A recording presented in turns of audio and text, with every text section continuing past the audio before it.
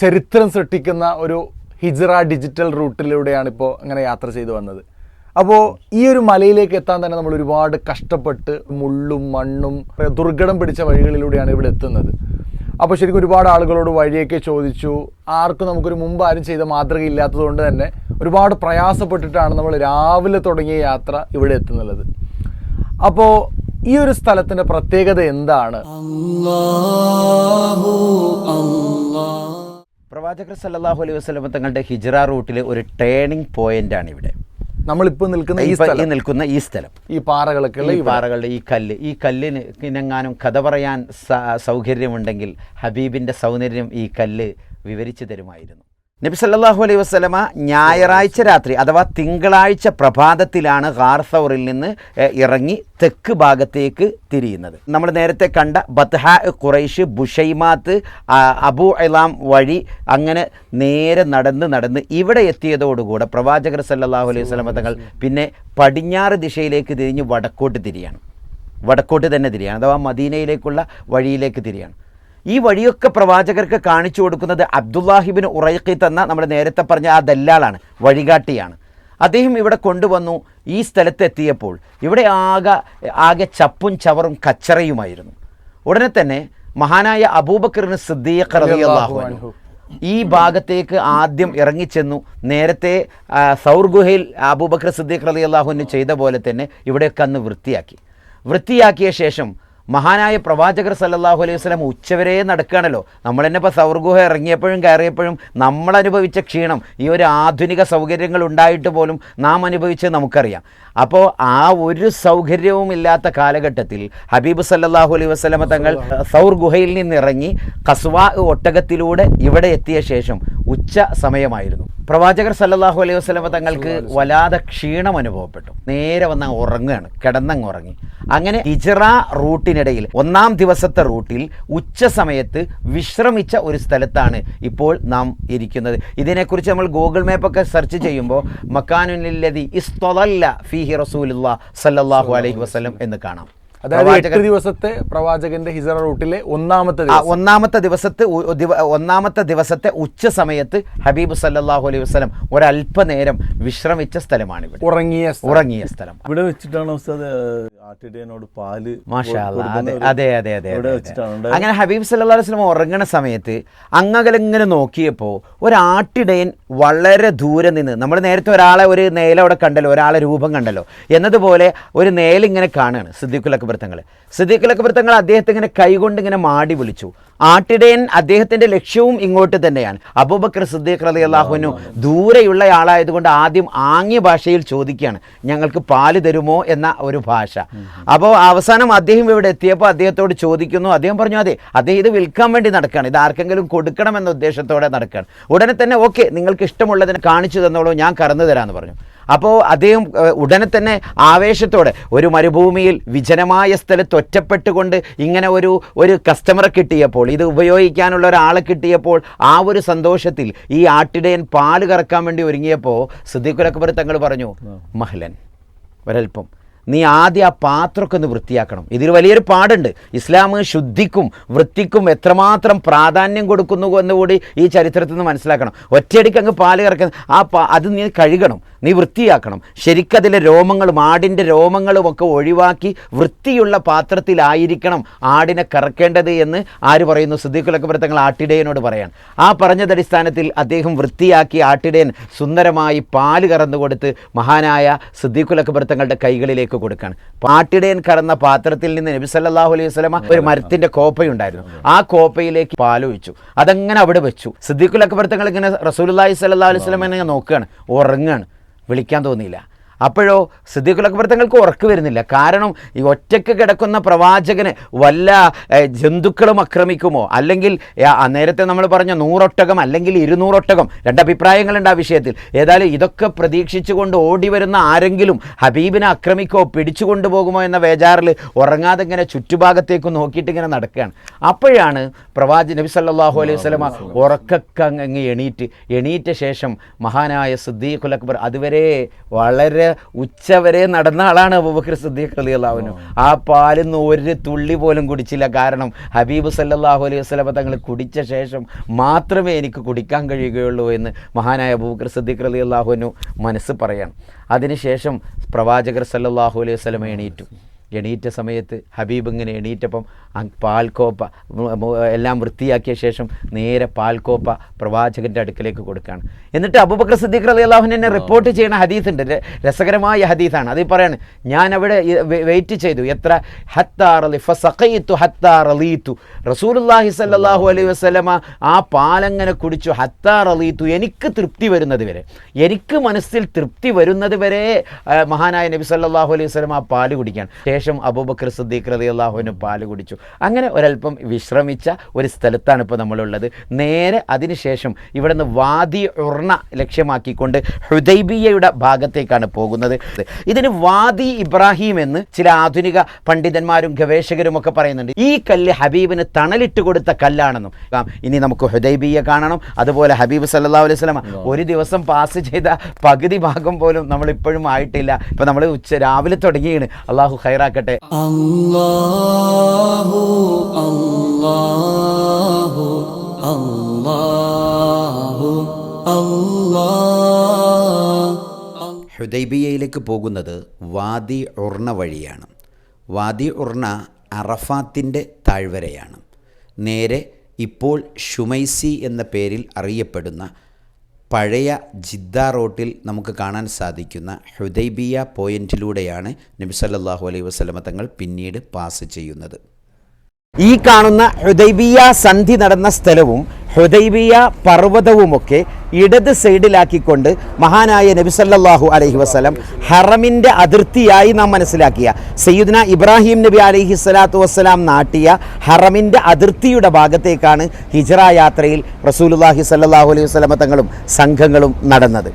ഉസ്താദ്, നബി തങ്ങൾ ഇങ്ങനെ ഹുദൈബിയയിൽ വന്നു എന്ന് പറയുമ്പോൾ എനിക്ക് പെട്ടെന്ന് തന്നെ എൻ്റെ ഓർമ്മയിൽ വന്നത് ചരിത്രത്തിൽ അവിസ്മരണീയമായ ഹുദൈബിയ സന്ധി നടക്കുന്നതും അത് ഇവിടെ തന്നെയാണോ? തീർച്ചയായും.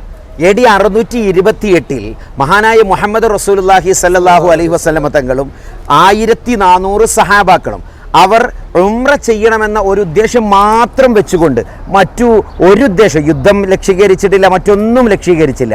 അങ്ങനെ അവർ മക്കയിലേക്ക് വന്നു. ഹുദൈബിയയുടെ ഭാഗം, ഇത് ഹറമിൻ്റെ അതിർത്തിയാണെന്ന് നാം നേരത്തെ സൂചിപ്പിച്ചല്ലോ. ഹറമിൻ്റെ അതിർത്തി വരെ എത്തി. ഇവിടെ എത്തിയപ്പോൾ മുശ്രിക്കുകൾ പറഞ്ഞു, മക്കയിലേക്ക് നിങ്ങളെ ഞങ്ങൾ കടക്കാൻ അനുവദിക്കില്ല, ഞങ്ങൾ ആട്ടിപ്പുറത്താക്കിയവരാണ് നിങ്ങൾ, അതുകൊണ്ട് തന്നെ ഇങ്ങോട്ട് കടക്കാൻ പറ്റില്ല.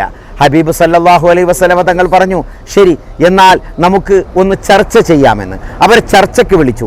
അവസാനം സയ്യിദ്ന ഉസ്മാൻ ഇബ്നു അഫ്ഫാൻ റളിയല്ലാഹു അൻഹുവിനെ ചർച്ചയുടെ പ്രതിനിധിയായിക്കൊണ്ട് മക്കയിലേക്ക് തന്നെ അയച്ചു. അവിടെ സുഹൈൽ ഇബ്നു അംർ അടക്കമുള്ള നേതാക്കളോട് മഹാനായ ഉസ്മാൻ ഇബ്നു അഫ്ഫാൻ റളിയല്ലാഹു അൻഹു ചർച്ച ചെയ്തു.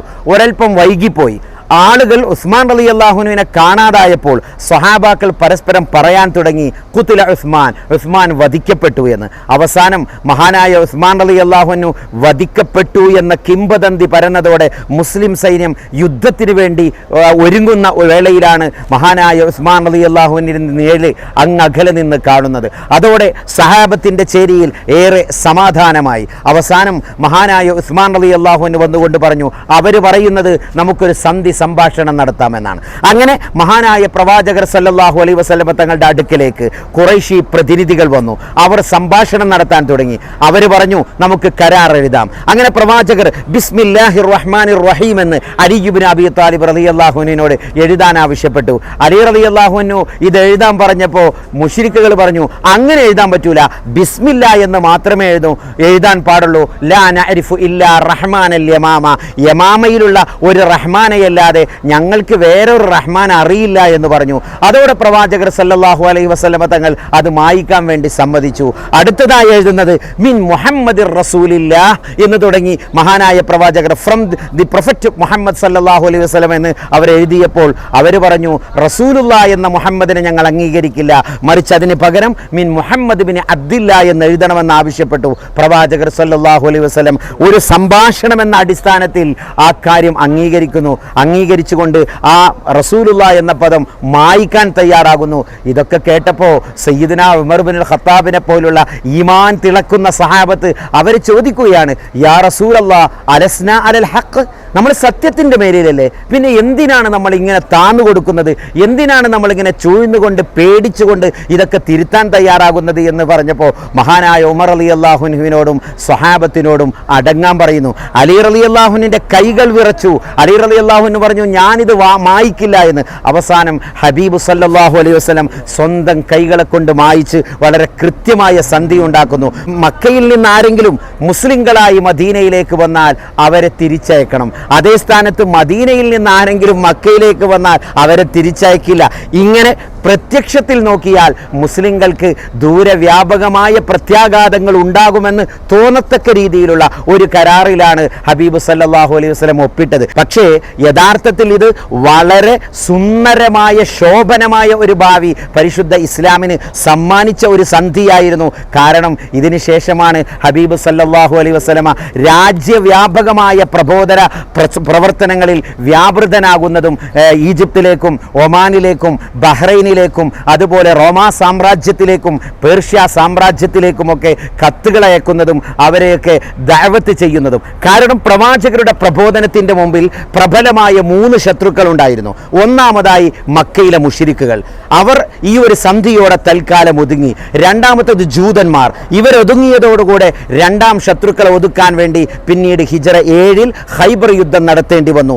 മൂന്നാം ശത്രുക്കൾ ഗോത്രവർഗക്കാരായിരുന്നു. അവർ പ്രവാചകനെ വല്ലാതെ വിഷമിപ്പിക്കാൻ തുടങ്ങി. അതോടെ പ്രവാചകർ വുഫൂദുൽ മദീന എന്ന പേരിൽ മദീനയിലേക്ക് പല സംഘങ്ങളുമായി വന്ന് അവരുമായും സംഭാഷണം നടത്തി. ഇങ്ങനെ എത്രയോ ത്യാഗോജ്ജലമായ സംഭവം, അതിലെ ഏറ്റവും എക്സ്ട്രീം ലെവലിലുള്ള ഒന്നാണ് നാം പറഞ്ഞുകൊണ്ടിരിക്കുന്ന ഹിജ്റ. ഇതടക്കമുള്ള ഒരുപാട് സംഭവങ്ങൾ നടത്തിക്കൊണ്ടാണ് പരിശുദ്ധ ഇസ്ലാമിൻ്റെ പ്രബോധനം പൂർത്തിയാക്കാൻ ഹബീബ് സല്ലല്ലാഹു അലൈഹി വസല്ലം തങ്ങൾക്ക് സാധിച്ചത്.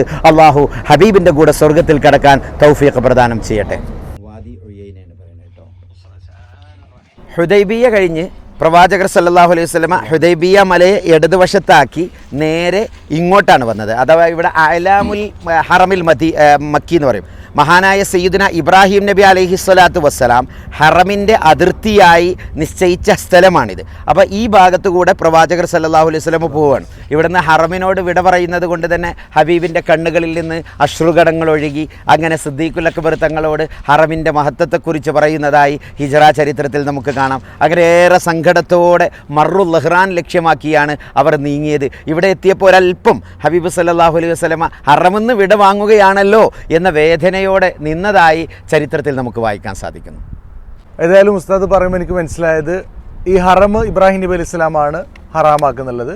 അതേപോലെ തന്നെ ഹറമിലേക്ക് പ്രവേശിച്ചു കഴിഞ്ഞാൽ പല കാര്യങ്ങളും നമുക്ക് ഹറാമാണ്, ഹലാലായ കാര്യങ്ങൾ. അതേപോലെ തന്നെ എന്നെ ഒന്ന് അട്രാക്ട് ചെയ്ത് ഇവിടെ 2 വ്യത്യസ്ത സ്തൂപങ്ങൾ കാണാൻ സാധിച്ചു. അപ്പോൾ എന്താണ് ഇതിൻ്റെ പിന്നിലുള്ള ഗുട്ടൻസ്? രണ്ടിൻ്റെ മാഷാ അല്ലാഹ്, നല്ല സാധാരണക്കാർക്ക് മനസ്സിലാക്കാൻ പറ്റുന്ന നല്ലൊരു ചോദ്യമാണ്. ഇവിടെ 2 കാണാം. ഒന്ന് ഈ പഴയ രൂപത്തിലുള്ളത്, മറ്റൊന്ന് ഈ പുതിയ രീതിയിലുള്ള അതിർത്തി. ഇത് രണ്ടും അതിർത്തിയുടെ ഫലകങ്ങളാണ്, ഒരു സ്റ്റോൺ വെച്ചതാണ്. ഇത് ഒന്നാമത് ഒട്ടോമൻ സാമ്രാജ്യക്കാർ, മഹാനായ ഇബ്രാഹിം നബി അലൈഹി ഇസ്ലാമെ അതിർത്തി നിശ്ചയിച്ചു, ഒരു കല്ല് കുത്തുക മാത്രമാണ് ചെയ്തത്. അതിന് പിൽക്കാലത്ത് വന്ന ഓരോ വിഭാഗം രാജാക്കന്മാരും അവരവരുടെ കഴിവുകൾക്കനുസരിച്ച് ഹറമിൻ്റെ അതിർത്തിയാണല്ലോ എന്ന രീതിയിൽ സംരക്ഷിച്ചു.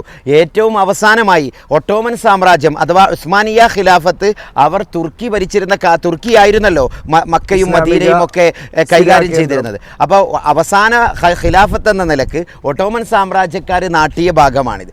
ഇത് ആലു സഊദ്, ഇത് നമുക്കറിയാം ഹറമിൻ്റെ ഇപ്പോഴത്തെ ഒരു ഹറമിൻ്റെ ഷേപ്പ് ഇതിനുണ്ട്. ഇപ്പോഴത്തെ ഹറമിൽ ഉപയോഗിച്ച ഒരു രീതിയൊക്കെ ഉണ്ട്. അഥവാ സഊദ് ഭരണകൂടം വന്ന ശേഷം അവർ സ്ഥാപിച്ച അതിർത്തിയാണ്.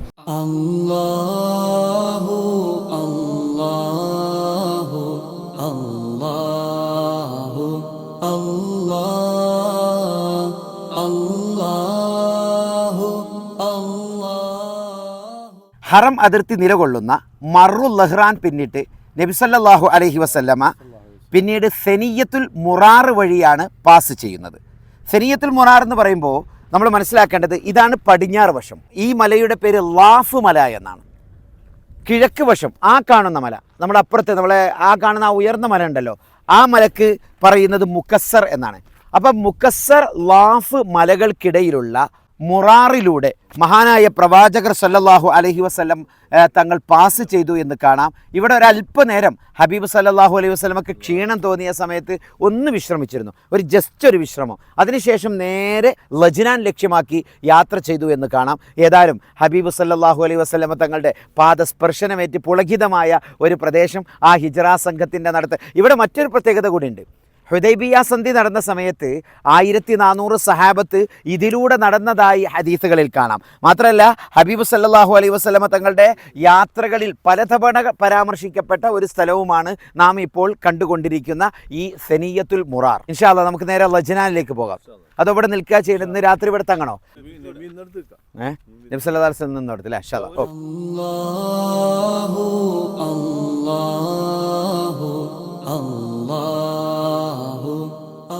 അങ്ങനെ സനിയത്തുൽ മുറാറിൽ നിന്നും നേരെ ഖുറാ ഉൽ ഖമീമിലാണ് അന്ന് ഉറങ്ങിയത്. ആ ഉറങ്ങുന്നതിനിടെ ഈ ലജ്നാൻ, ഈ കാണുന്ന മല ഉണ്ടല്ലോ, ഇപ്പോൾ നമ്മളെ മുമ്പിൽ കാണുന്ന ഈ മല, ഈ ലജ്നാൻ താഴ്വരയിൽ നബി സല്ലല്ലാഹു അലൈഹി വസല്ലമ ഇതുവഴി നടന്നു പോയിരുന്നു എന്ന് നമുക്ക് കാണാം. മാത്രമല്ല ഇതിന് വേറെയും ചില പ്രത്യേകത ഉണ്ട് ഇസ്ലാമിക ചരിത്രത്തിൽ. ഒന്നാമത് മഹാനായ നബി സല്ലല്ലാഹു അലൈഹി വസല്ലം ഇസ്രാ മിഅ്റാജ് പോയല്ലോ. അപ്പോൾ ഈ ഇസ്രാ മിഅ്റാജ് ഖുറൈശികളോട് ഇങ്ങനെ വിശദീകരിച്ചു കൊടുക്കുകയാണ്. ആ സമയത്ത് അവർ നിഷേധിക്കുകയാണ്, അവർ അംഗീകരിക്കുന്നില്ല. അപ്പോൾ അവരോടൊരു തെളിവ് പറഞ്ഞു കൊടുക്കുകയാണ്. ഫലമ്മാ റജഅത്, അങ്ങനെ ഞാൻ മടങ്ങി വരുന്ന സമയത്ത് ഒരു സംഘം ആളുകൾ ഇങ്ങനെ പോകുന്നുണ്ട്. അവരുടെ കയ്യിൽ ഒരു പാത്രമുണ്ട്. ആ പാത്രത്തിൽ വെള്ളമുണ്ടായിരുന്നു. ആ വെള്ളം ഞാൻ വാങ്ങിക്കുടിച്ചു, നിങ്ങൾ വേണമെങ്കിൽ ചോദിച്ചു നോക്കൂ എന്ന അർത്ഥത്തിൽ മഹാനായ റസൂലുള്ളാഹി സ്വല്ലല്ലാഹു അലൈഹി വസല്ലം പറഞ്ഞതായി കാണാം. അപ്പോൾ ഈ സ്ഥലത്ത് വെച്ചാണ് ഇസ്രാ വേളയിൽ ആ സംഘത്തെ കണ്ടുമുട്ടിയത്. അതേപോലെ ഫത്ഹ് സൂറത്തിൻ്റെ ആദ്യ ഭാഗം ഇവിടെ നിന്നും ഒരല്പഭാഗം ഇറങ്ങി എന്ന് നമുക്ക് കാണാം. ഇനി വരാൻ പോകുന്ന ഖുറാ ഉൽ ഖമീമിലും ഇറങ്ങിയിട്ടുണ്ട്. അതുപോലെ ഈ ലജ്നാൻ മലക്ക് മറ്റൊരു പ്രത്യേകതയുണ്ട്. സയ്യിദുനാ ഉമർ ഇബ്നുൽ ഖത്താബ് റളിയല്ലാഹു അൻഹു തങ്ങളുടെ ഭരണത്തിൻ്റെ അവസാന ഘട്ടത്തിൽ ഹജ്ജിന് പോകുന്ന അവസരത്തിൽ കൂടെ ആളുകൾ കുറേ സഹാബത്തുണ്ട്, താബിഈകളുണ്ട്, പുതുതായി ഇസ്ലാമിൻ്റെ ശാദ്വല തീരത്തേക്ക് കടന്നു വന്നവരുണ്ട്. അവരോടൊക്കെ പറഞ്ഞു, ഈ മലയിൽ ഇങ്ങനെ എത്തിയപ്പോൾ മാഷാ അല്ലാഹ്, ഇതേതാണ് താഴ്വര എന്നറിയുമോ? ഞാൻ ഖത്താബിൻ്റെ മകനായി ഇവിടെ ആട് മേച്ച് നടന്നിരുന്നു. എൻ്റെ ഉപ്പയുണ്ടല്ലോ, ഉപ്പ ഒരു ക്രൂരനായ മനുഷ്യനായിരുന്നു. എന്തെങ്കിലും ഒരു ചെറിയ മിസ്റ്റേക്ക് എന്നിൽ നിന്ന് സംഭവിച്ചാൽ അടിച്ചടിച്ച് ഒരു ക്രൂരമായ രീതിയിൽ പെരുമാറിയ ഇബ്നുൽ ഖത്താബാണ് ഞാൻ, ഖത്താബിൻ്റെ മകനാണ് എന്ന് പറഞ്ഞ് ഉമർ റളിയല്ലാഹു അൻഹു എപ്പോഴും ഇവിടെ വരാറുണ്ടായിരുന്നെന്നും ആടിനെ മേക്കാൻ ഇവിടെ നല്ല പച്ചപ്പുകൾ ധാരാളം, ആടിന് തിന്നാൻ പറ്റുന്ന രീതിയിലുള്ള പച്ചപ്പുകൾ ധാരാളം ഈ മലയുടെ അപ്പുറത്തും എല്ലാ ഭാഗങ്ങളിലുമായി ഉണ്ട് എന്ന് ഗ്രന്ഥങ്ങളിലുണ്ട്. അപ്പോൾ അതുകൊണ്ട് തന്നെ ആടിനെ മേക്കാൻ പറ്റുന്ന, ഇവിടെ ഇപ്പോൾ നമ്മൾ അങ്ങോട്ടൊക്കെ പോയാൽ ഖുറാ ഉൽ ഖമീമിലേക്കും മറ്റൊക്കെ പോയ ധാരാളം ആടുകളെ മേക്കുന്നതായി ഇപ്പോഴും നമുക്ക് കാണാം. അതുകൊണ്ട് തന്നെ ആടിനെ മേക്കാൻ വേണ്ടി സയ്യിദുനാ ഉമർ അൽ ഖത്താബ് റളിയല്ലാഹു അൻഹു ഇവിടെ വന്നതായും നമുക്ക് കാണാം. ഇൻഷാ അല്ലാഹ് ഏതായാലും നമുക്ക് ഹിജ്റ റൂട്ട് തുടരാം, നേരെ പോകാം. ഇന്ന് രാത്രി ഉറങ്ങിയ സ്ഥലത്ത് നമ്മളൊക്കെ എത്തണമല്ലോ ഇൻഷാ അല്ലാഹ്. ഖുറാ ഉൽ ഖമീമിലേക്ക് നമുക്ക് പോകാം ഇൻഷാ അല്ലാഹ്. ഓക്കെ.